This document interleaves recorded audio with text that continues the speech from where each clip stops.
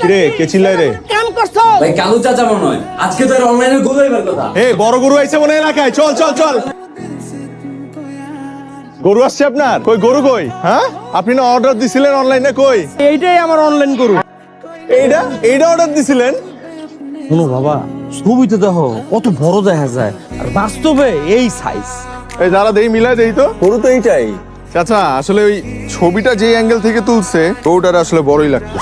ক্যামেরার কার সাজি? বাবা কত এলাকার মানুষের মুখ দেখাবো কেমনি?